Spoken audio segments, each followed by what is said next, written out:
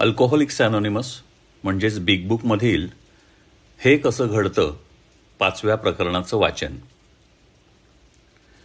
आमच्या मार्गाने जे लोक प्रामाणिकपणे जातात त्यांना क्वचितच अपयश आलेले आम्ही पाहिलेले आहे. ज्यांच्यामध्ये सुधारणा होत नाही ते असे लोक की जे या साध्या सुध्या कार्यक्रमाचा संपूर्णपणे स्वीकार करत नाहीत. बहुशा मानसिक दृष्टीने स्वतःशी प्रामाणिक राहणं त्यांना जमत नाही. त्यांच्यापैकीच हे लोक असतात. ही माणसं दुर्दैवी खरीच. त्यात त्यांचा काही दोष नसतो. जन्मतःच ते तसे असतात असे म्हणायला पाहिजे. साहजिकच ज्या जीवन पद्धतीत निस्संदिग्ध प्रामाणिकपणा हवा असतो त्या पद्धतीशी समरस होणं आणि तो विकसित करणं त्यांच्या आवाक्याबाहेरचं असतं. सुधारण्याची शक्यता त्यांच्या बाबतीत फार कमी असते. त्यानंतर दुसरे काही असे लोक असतात की जे गंभीर भावनात्मक आणि मानसिक तणावातनं जात असतात. पण त्यांच्यामध्ये प्रामाणिक राहण्याची शक्ती असेल तर त्यांच्यापैकी बरेच लोक सुधारत असतात. आमच्या कहाण्यांतून सर्वसाधारणपणे आम्ही पूर्वी कसे होतो, काय घडले आणि आता आमची परिस्थिती काय आहे याचा बोध होत असतो. आमच्यापाशी जे आहे ते आपल्याला हवे असे आपण ठरवले असेल आणि ते मिळवण्याची तुम्ही वाटेल त्या थराला जायला तयार असाल तर तुम्ही काही पावलं टाकायला तयार आहात असं समजायला हरकत नाही. यातील काही पायऱ्यांपाशी आम्ही बिचकलो. आम्हाला वाटलं की अधिक सोपा कमी त्रासाचा मार्ग शोधून काढता येईल, पण तो आम्हाला काही सापडला नाही. आमच्यापाशी जी काही कळकळ आहे ती उपयोगात आणून आम्ही तुम्हाला प्रार्थनापूर्वक आवाहन करतो की तुम्ही अगदी सुरुवातीपासून निर्भय तसेच परिपूर्ण राहा. आमच्यापैकी काहींनी आपल्या जुन्या कल्पनांना चिकटून राहण्याचा प्रयत्न केला आहे आणि त्या जुन्या कल्पनांवरील पकड त्यांनी सोडून देईपर्यंत सुधारणा शून्यच होती. लक्षात ठेवा की आपली गाठ मद्याशी आहे. कावेबाज, घोटाळ्यात टाकणारे, प्रबळ बाह्य मदतीशिवाय त्याच्या पाशातून आपण मुक्त होऊ शकणार नाही. ती मदत देणारी शक्ती एकच आहे आणि ती म्हणजे परमेश्वर. त्याचा तुम्हाला आता साक्षात्कार हो. अर्धवट उपाययोजनांचा काही उपयोग झाला नाही. आम्ही मोक्याच्या वळणावर उभे राहिलो.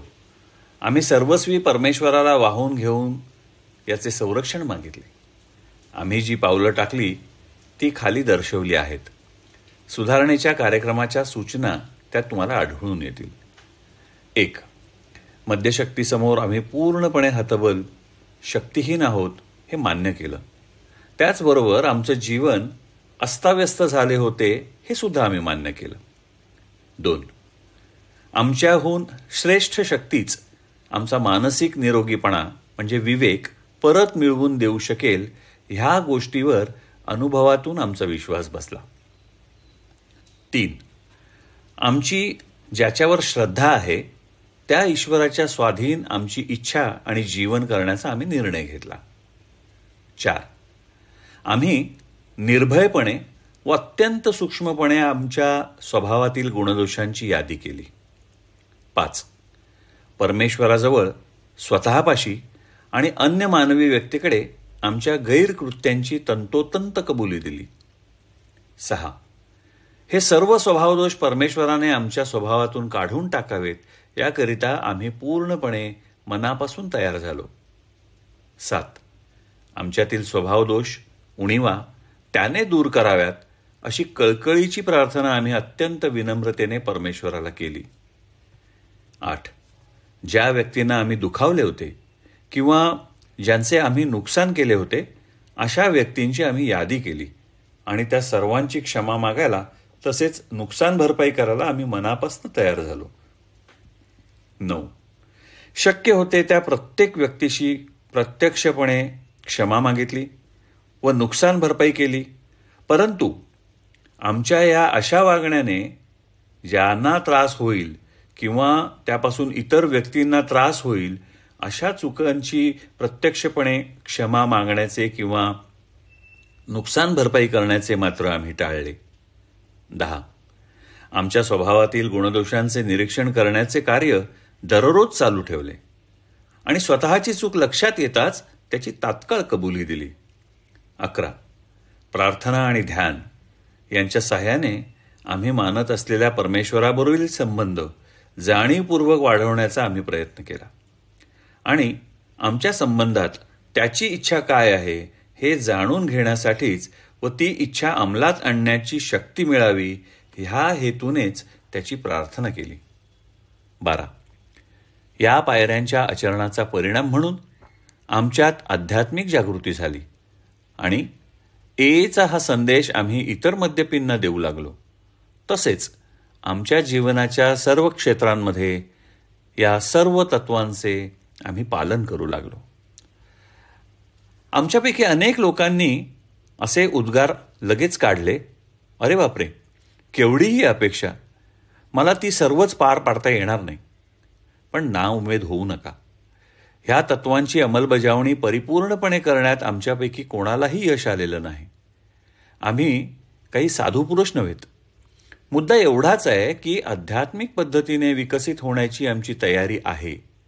आम्ही जी तत्त्व दिग्दर्शित केली आहेत ती प्रगतीच्या दृष्टीने मार्गदर्शक आहेत. आम्ही आध्यात्मिक प्रगतीचा दावा करतो, आध्यात्मिक पूर्णतेचा नाही. मद्यासक्त व्यक्तीचं वर्णन अज्ञेयवादी लोकांना उद्देशून लिहिलेलं प्रकरण आणि पूर्वीची आणि नंतरची आमची व्यक्तिगत साहसे यातून 3 निश्चित कल्पना दिग्दर्शिक होतात. 1. की आम्ही मद्यासक्त होतो व आम्हाला आमची जीवनं सुरळीतपणे चालवता येत नव्हती. 2. की बहुशा कोणत्याही मानवी शक्तीला आमची मद्यासक्ती दूर करता आली नसती. आणि 3. की जर परमेश्वराला शोधण्याचा प्रयत्न केला तर तो या समस्येतून आम्हाला बाहेर काढू शकतो व तसे तो करेल. याबद्दल आमची खात्री झाल्याबरोबर आम्ही 3ऱ्या पायरीवर उभे राहिलो, ज्याचा अर्थ असा की परमेश्वर म्हणून आम्ही ज्याला मानतो त्याच्या हवाली आमची इच्छा आणि जीवन करण्याचं आम्ही ठरवलं. म्हणजे प्रत्यक्षपणे त्याचा अर्थ काय आणि आम्ही करणार तरी काय असतो? पहिली आवश्यकता ही की स्वेच्छेवर नियंत्रित होणारं जीवन हे यशस्वी होणं कठीण आहे याची आम्हाला खात्रीपूर्वक जाणीव झाली पाहिजे.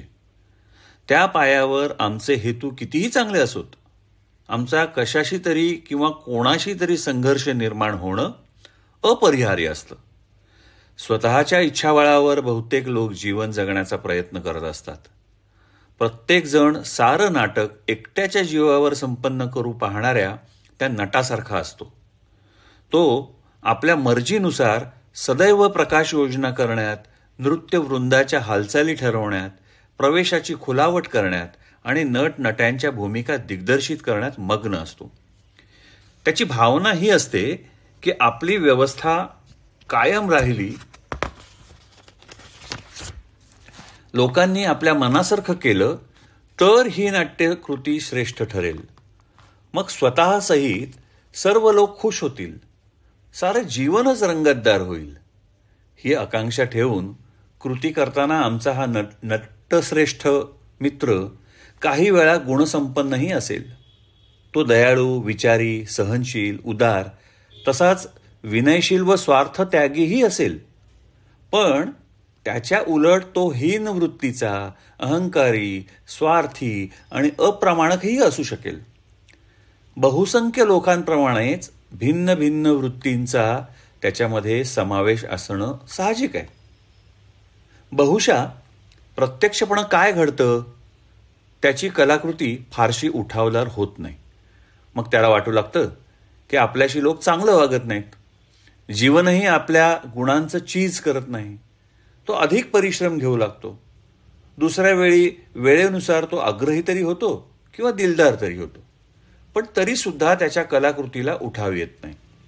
तो काही प्रमाणात आपला दोष मान्य करतो, पण त्याची मनोमन भावना ही असते की इतर लोकांचाच यात दोष अधिक असतो. तो रागावतो, संतापतो, स्वतःची कीव करू लागतो. आता विचार करण्यासारखा प्रश्न आहे तो हा की आपल्या मूलभूत समस्येचा त्याला या बाबतीत विसर पडलेला असतो. ही गोष्ट खरी नाही का की तो दयाळूपणा दाखवित असतानाही तो स्वहितालाच प्राधान्य देत असतो. तो अशा संभ्रमी मनस्थितीचा बळी असतो की ज्या मनस्थितीत त्याला वाटतं की आपण स्वतः कार्य क्षमता दाखवली की बस सारे समाधान आणि सुख आपल्या पायाशी लोटांगण घेईल.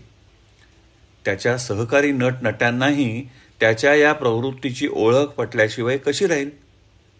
साहजिकच त्याच्या प्रत्येक कृतीबद्दलची त्यांची प्रतिक्रिया प्रतिकाराचीच राहील आणि त्या कलाकृतीतील सारा फायदा आपल्या पदरी पाडून घेण्याचाच ते प्रयत्न करतील.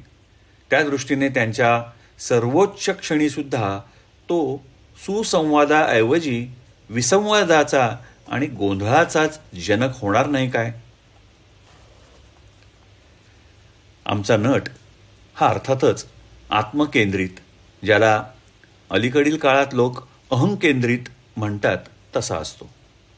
त्याची तुलना करायची झाली तर ऐन हिवाळ्यात फ्लोरिडाच्या सूर्यप्रकाशात लोळत पडलेला असताना देशाच्या हीन अवस्थेबद्दल तक्रार करणाऱ्या निवृत्त उद्योजकांशी करता येईल, किंवा 20व्या शतकाच्या पापांबद्दल निश्वास टाकणाऱ्या धर्मगुरूशी, किंवा बाकीच्या जगाने योग्य वर्तन केले तरच जगाचे नंदनवन होईल असा दृढ विश्वास ठेवणाऱ्या राजकारणी पुरुषाशी व सुधारकांशी, किंवा समाजाने आपल्यावर अन्याय केलेला आहे अशी भावना ठेवणाऱ्या समाज बहिष्कृत दरोडेखोराशी आणि सर्वस्व गमावून बसलेल्या व पराधीन अशा मद्यासक्ताशी करता येईल. आमच्या तक्रारी काहीही असोत, आमच्यापैकी बहुसंख्य लोक स्वतःचं जीवन, स्वतःचे रागलोभ किंवा आपली आत्मकरुणा यातच गर्क असलेले दिसत नाहीत काय. स्वार्थ, स्वयंकेंद्रितता हेच आमच्या दृष्टीने आमच्या संकटाचं मूळ होय.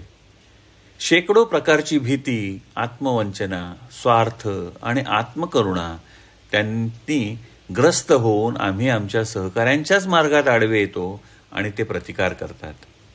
काही वेळेला सकृतदर्शनी कारणाविना ते आपल्याला दुखावतात, पण आपल्याला न चुकता आढळून येत असतं की केव्हा तरी पूर्वी आपण स्वार्थाने काही निर्णय घेतलेले असतात आणि ते कालांतराने आपल्यावरच उलटून आपल्या दुःखाला जबाबदार होत असतात. म्हणून आम्हाला असं वाटतं की आपली दुःख आपण स्वतः ओढवून घेत असतो. आपल्यामधून त्यांना चालना मिळत असते आणि मद्यासक्त हा इच्छाशक्ती बेफाम झाल्याचे अत्यंतिक उदाहरण मानावे लागेल. अर्थात बहुशा त्याला मात्र असे वाटत नाही, पण नाही म्हटलं तरी सर्वात महत्त्वाची गोष्ट ही आहे की आम्ही मद्यासक्तांनी ह्या स्वार्थापासून स्वतःची सुटका करून घेतलीच पाहिजे. तसं केलं नाही तर मरण हे अटळ आहे. परमेश्वर ही गोष्ट शक्य करतो आणि परमेश्वराच्या सहाय्याशिवाय स्वत्वापासून सर्वस्वी अलिप्त राहण्यासाठी दुसरा मार्गच उपलब्ध नाही. आमच्यापैकी अनेक लोकांपाशी मुबलक नैतिक आणि तात्विक निष्ठा होत्या, पण आमची इच्छा असूनही आम्हाला त्या निष्ठांनुसार जीवन जगता आलं नाही. त्याचप्रमाणे स्वेच्छेने किंवा इच्छाशक्तीच्या बळावर आमच्यामधील स्वयंकेंद्रितताही आम्हाला कमी करता आली नाही. आम्हाला परमेश्वराचीच मदत घ्यावी लागली. हे कसं व का घडतं याकडे आता आपण वळूया. पहिली गोष्ट ही आहे की स्वतःच परमेश्वर असल्याप्रमाणे वागणं आम्हाला पहिला सोडावं लागेल. ती गोष्ट फलदायी उपकारक ठरली नाही आम्हाला. त्यानंतर आम्ही ठरवलं की जीवनाच्या या नाटकात यापुढे परमेश्वर हा आमचा दिग्दर्शक होणार आहे. तो सूत्रधार, आम्ही त्याचे सहाय्यक. तो आमचा पिता, आम्ही त्याची मुलं. अनेक श्रेष्ठ कल्पना साध्या असतात आणि ही कल्पनाही ज्या नव्या आणि विजयशाली कमानी घालून आम्ही स्वातंत्र्यात पोहोचलो तिची कोनशिलाच होय. ही भूमिका जेव्हा आम्ही प्रामाणिकपणे घेतली तेव्हा अनेक प्रकारच्या अपूर्व घटना घडवून आल्या. आम्हाला नवा मालक मिळाला. तो अतिप्रबळ असल्यामुळे त्याच्या सहवासात राहून त्याचं कार्य नीट रीतीने बजावल्यानंतर आम्हाला जे हवं होतं ते त्याने पुरवलं. या पायावर आमचं नातं उभं राहिल्यानंतर आम्हाला स्वतःबद्दल, आमच्या अल्पस्वल्प योजनांबद्दल आणि कार्यक्रमाबद्दल कमीत कमी आस्था राहिली.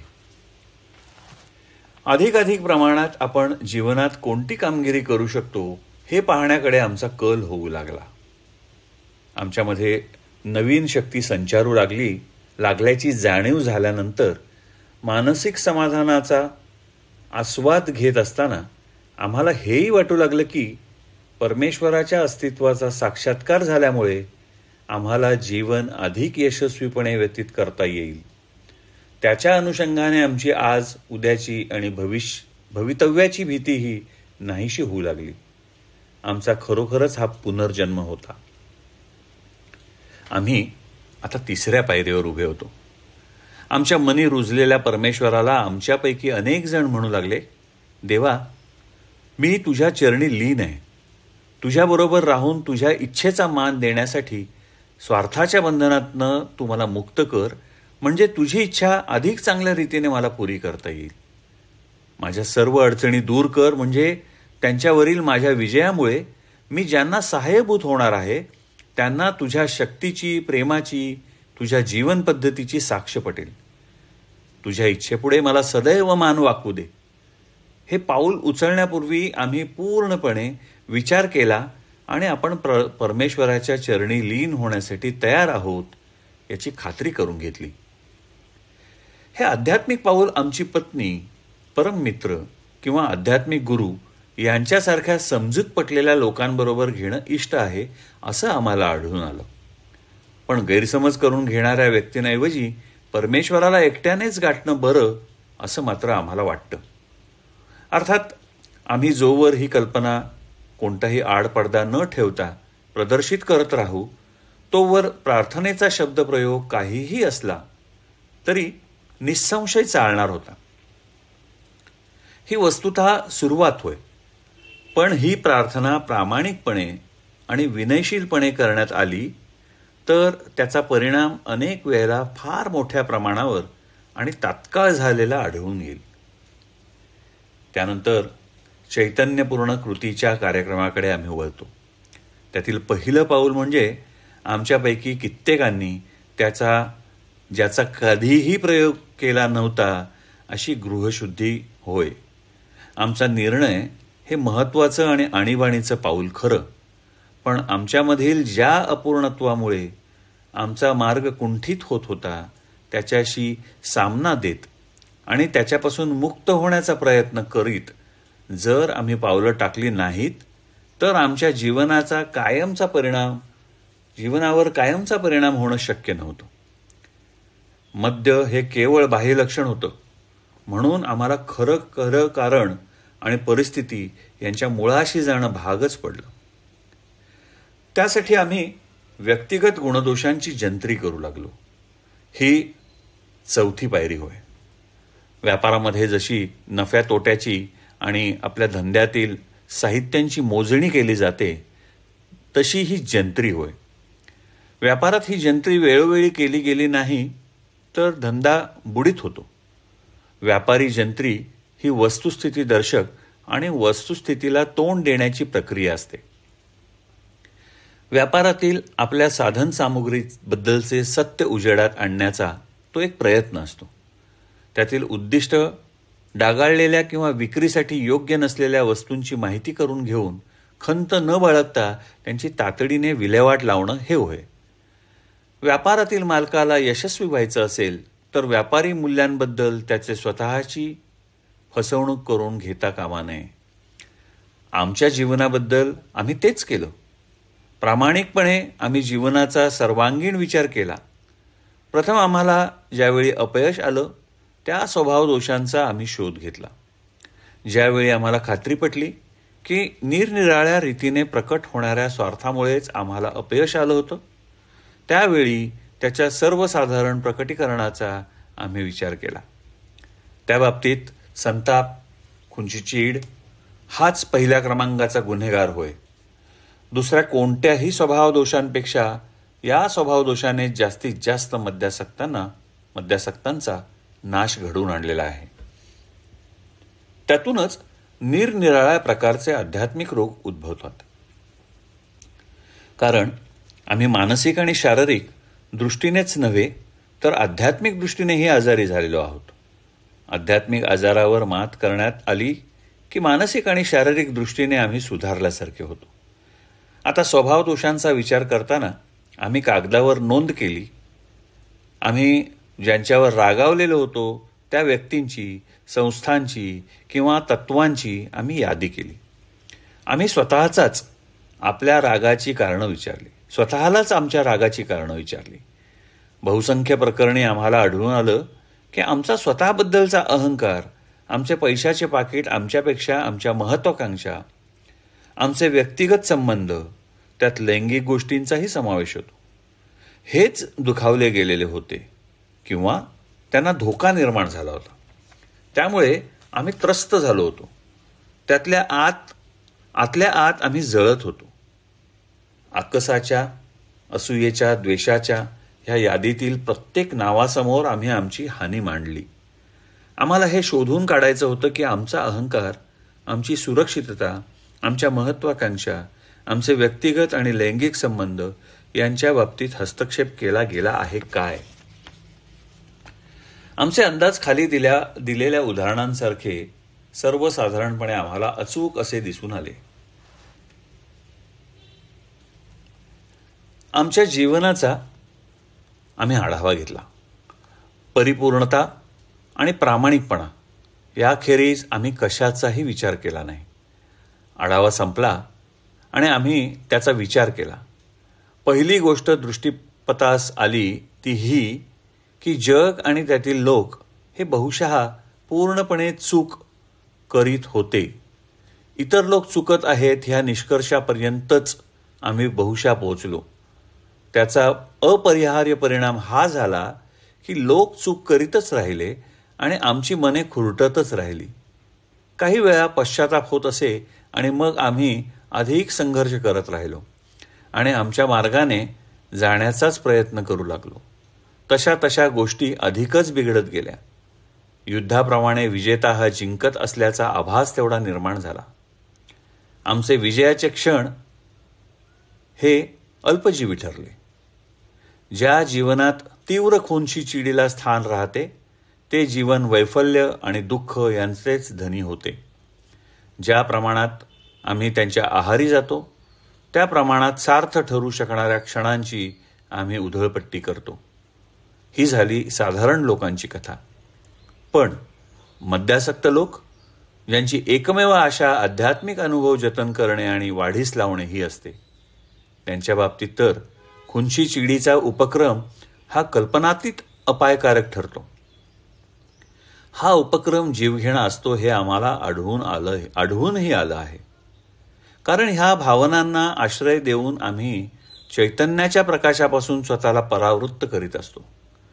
लगेच मद्याबद्दलचा पागलपणा आमच्या रोमारोमात भरतो आणि आम्ही मद्यप्राशन करायला लागतो. आणि आमच्या बाबतीत मद्यपान हे मरणाला आमंत्रण होय. आम्हाला जगायचे असेल तर रागापासून दूर राहिलंच पाहिजे. चिडखोरपणा आणि क्रोध ह्या गोष्टी आम्हाला मानवण्यासारख्या नव्हेत.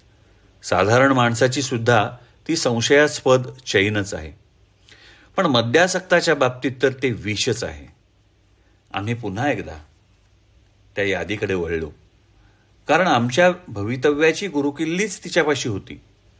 या यादीकडे अगदीच वेगळ्या दृष्टिकोनातून पाहायला आम्ही तयारच होतो. आम्हाला दिसून आलं की जग आणि त्यातील लोकांचे आमच्यावर प्रभुत्व होते.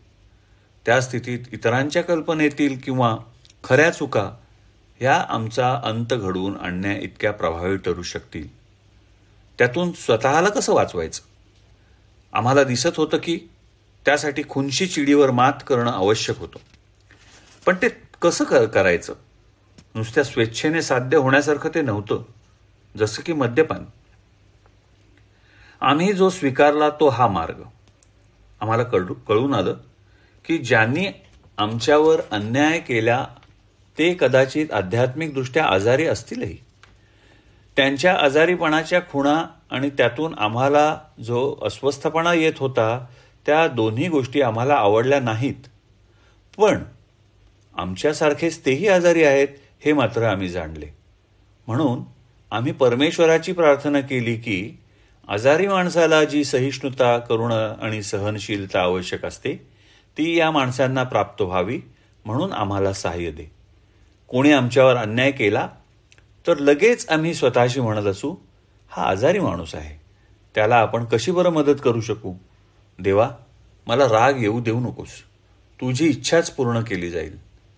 आम्ही वाद टाळतो. आजारी माणसांना आपण तसे वागवणार नाही. आपण ते केले तर सहाय्यभूत होण्याची संधीच आपण गमावून बसू.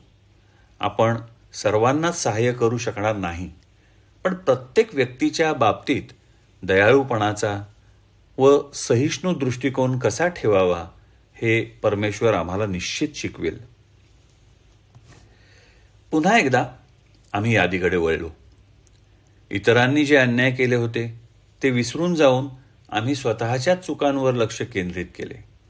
आम्ही स्वार्थी, अप्रामाणिक, स्वयंकेंद्रित आणि भीतीग्रस्त कोठे कोठे बरं होतो याकडे आम्ही पाहिलं. तशी परिस्थिती निर्माण होण्यास आमचा दोष जरी कारणीभूत नव्हता, तरीही त्या प्रसंगात गुंतलेल्या दुसऱ्या व्यक्तीच्या दोषाकडे आम्ही दुर्लक्ष केलं. आमचा एकच ध्यास राहिला, आपण कोठे चुकलो ते बघण्याचा. चुका आणि दोष यांचा हिशेब करावयाचा तो आपला, दुसऱ्याचा नव्हे.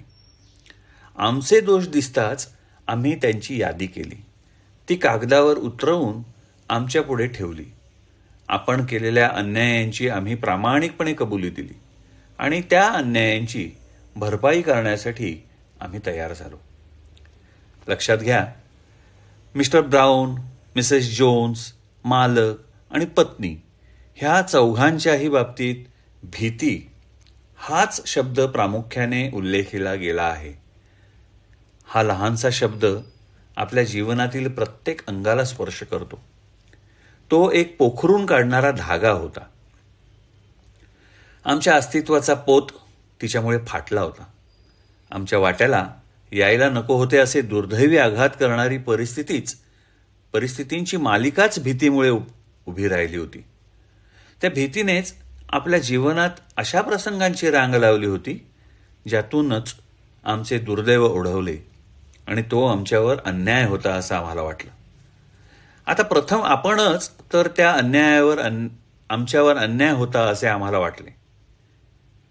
त्यातून आमचं दुर्दैव ओढवलं आणि तो आमच्यावर अन्याय होता असं आम्हाला वाटलं. आता प्रथमच आपण तर ह्या परिस्थितीला चालना दिलेली नाही काय?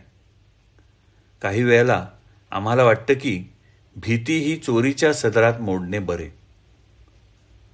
त्यातून कल्पनातीत उपद्रव निर्माण झालेला दिसून येतो. आम्ही आमच्या भीतीच्या कल्पनांची कसून पाहणी केली. त्यांच्या बाबतीत आमच्या मनात खुनशी चीड नसतानाही आम्ही त्या साऱ्या भीतींच्या कल्पना कागदावर उतरवल्या. आम्ही स्वतःला विचारलं, या कल्पना आमच्या मनात घर करून का राहिल्या आहेत? स्वावलंबनाने आम्हाला अपयश दिले म्हणून तर नाही ना? स्वावलंबन एका पातळीपर्यंत ठीक आहे, पण ते नेहमीच उपयोगी पडत नाही. आमच्यापैकी काही लोकांमध्ये एकेकाळी खूप आत्मविश्वास होता, पण भीतीचा प्रश्न किंवा इतर यातून ते सर्वस्वी सुटलेले नाहीत. त्यातून आम्ही जेव्हा घमेंडखोर झालो तेव्हा तर परिस्थिती अधिकच वाईट झाली. कदाचित चांगला मार्ग आम्हाला सापडू शकेल असं आम्हाला वाटतं. कारण आम्ही आता निराळ्या पायावर उभे आहोत. परमेश्वरावर श्रद्धा ठेवून वागण्याचा पाया आम्ही आता अमर्याद सत्तेच्या परमेश्वरावर विश्वास ठेवतो, आमच्या मर्यादित शक्तींवर नाही. आम्ही या जगात आहोत ते परमेश्वर देईल ती कामगिरी पार पाडण्यासाठी. आम्हाला वाटतं त्याप्रमाणे आम्ही वागत असताना तो आम्हाला मदत करतो आणि संकटाच्या वेळी उदात्तपणे त्याला तोंड देण्याच्या कामी तर त्याच्या चरणी लीन होण्याशिवाय गत्यंतर नसते. निर्मात्यावर अवलंबून राहिल्याबद्दल आम्ही कोणाचीही क्षमा मागत नाही. आध्यात्मिक हा दुबळेपणाचा मार्ग आहे असे जे समजतात त्यांच्याकडे पाहून आम्हाला हसूच लोटतं. उलट आमच्या मते तो सामर्थ्याचा मार्ग आहे. युगायुगांचा निर्णय असा आहे की श्रद्धा म्हणजे धैर्य होय. श्रद्धावान अशा सर्व लोकांमध्ये धैर्य असतं. ते आपल्या ईश्वरावर श्रद्धा ठेवतात. देवासाठी आम्ही कधीही क्षमा मागत नाही. उलट आम्ही स्वतःच्या करणीने परमेश्वराला त्याच्या सामर्थ्याचे प्रत्यक्ष दर्शन घडवून आणायला सांगतो. त्याला आमची भीती नष्ट करण्याची आणि त्याला जी घडण घडवून आणायची आहे तिच्याप्रमाणे वागण्याची आम्हाला मार्गदर्शन करण्याची प्रार्थना करतो. भीतीपासून तात्काळ मुक्त होण्याकडे आमचं पाऊल पडू लागतं. आता लैंगिकतेबद्दल. आमच्यापैकी अनेकांना त्यात कसून तपासणी करण्याची आवश्यकता होती. पण या प्रश्नाबद्दलचे विवेकपूर्ण राहण्याचा आम्ही प्रयत्न केला. चुकीच्या मार्गाला वळणं सोपं असतं. या मानवी मते पराकोटीला जात असलेली आम्हाला दिसतात. कदाचित अगदी मूर्खपणाच्या वाटाव्या इतक्या पराकोटीला सुद्धा एक सूर असा की लैंगिकता ही हीन प्रकारची कामुकता आणि प्रजोत्पादनाच्या आवश्यकतेवर भर देणारी ओढ होय. तर दुसरीकडे काही लोक लैंगिकता आणि अधिक लैंगिकता यासाठीच अधिक मागणी ओरडून करतात. ते विवाह संस्थेवर नाक मुरडतात. त्यांना असं वाटतं की आपल्या वर्णाच्या साऱ्या समस्या लैंगिक कारणातून उद्भवलेल्या असतात. एकीकडे ते म्हणतात की आपल्याला ते पुरेसे मिळत नाही किंवा ते योग्य प्रकारचं नसतं. त्यांना त्यांचं वैशिष्ट्य सर्वत्र प्रतीत होते. एक विचारसरणी जेवणात रुची नसावी असे म्हणते, तर दुसरी फक्त जाडे भरडे अन्न खाण्याचाच आग्रह धरते. ह्या साऱ्या वादविवादातून आम्हाला बाहेर राहावंसं वाटतं.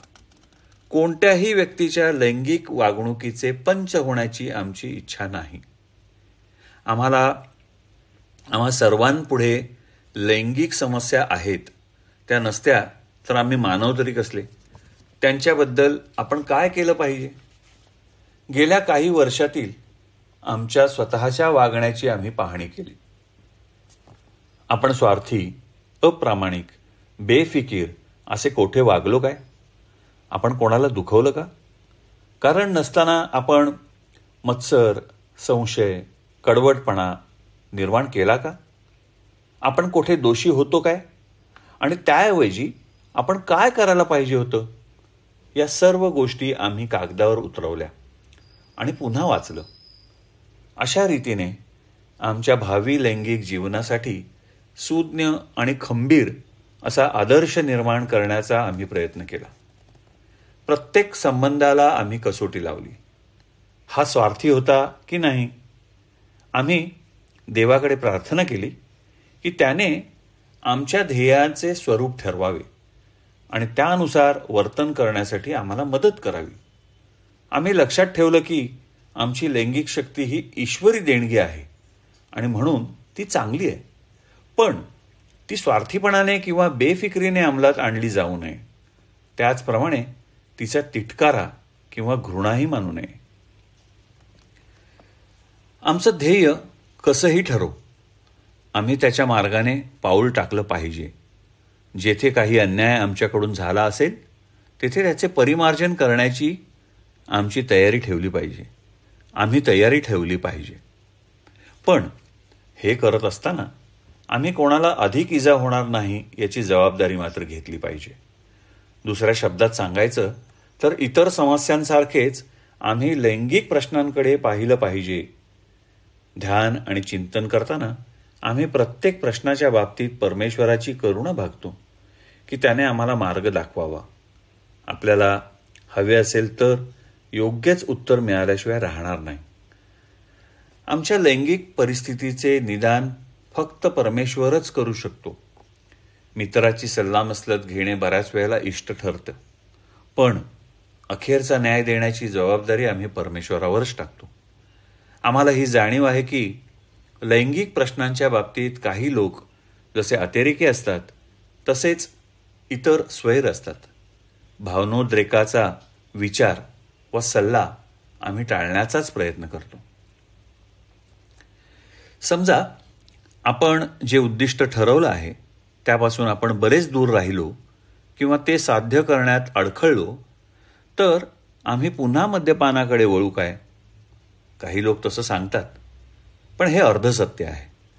आपण आणि आपले हेतू यावर ते अवलंबून असतं.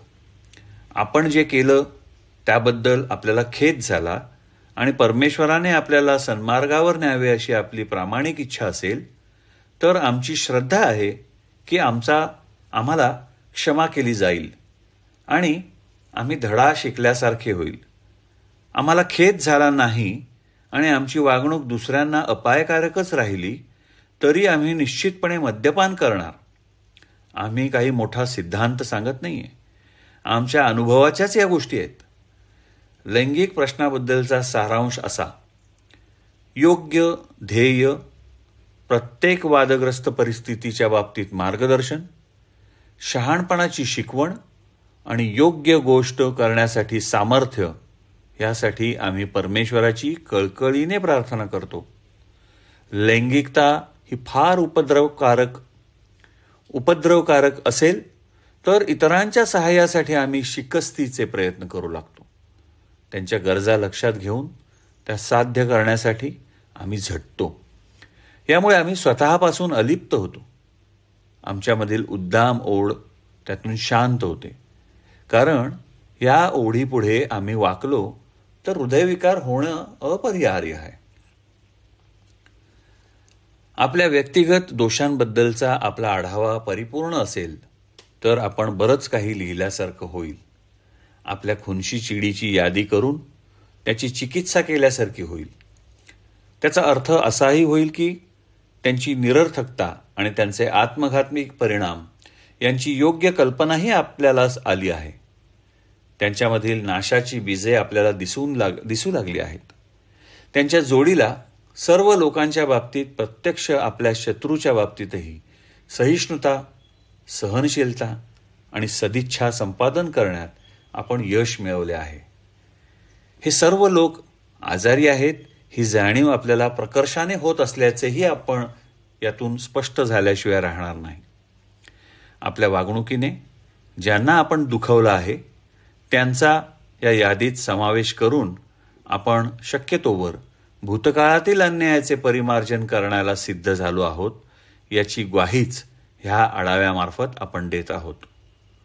या पुस्तकामध्ये आपण पुन्हा पुन्हा वाचत आहोत की आपल्याला जे स्वतःसाठी करता आलं नाही ते श्रद्धेने आपल्यासाठी केलेलं आहे. आम्हाला आशा आहे की तुमची आता खात्री झाली असेल की स्वेच्छेने वागण्याच्या तुमच्या निर्धाराने देवापासून तुम्हाला जे दूर ठेवलं आहे तो अडथळा देवच दूर करू शकतो. तुम्ही आधीच निर्णय घेतला असेल आणि आपल्या दोषांचा योग्य आढावाही घेतला असेल तर तुम्ही चांगली सुरुवात केलेली आहे असं म्हणायला हरकत नाही. त्याच्या अनुषंगाने आपल्या स्वतःबद्दलच्या सत्याचे बरेचसे अंश तुम्ही आत्मसात केले आहेत असंही म्हणता येईल.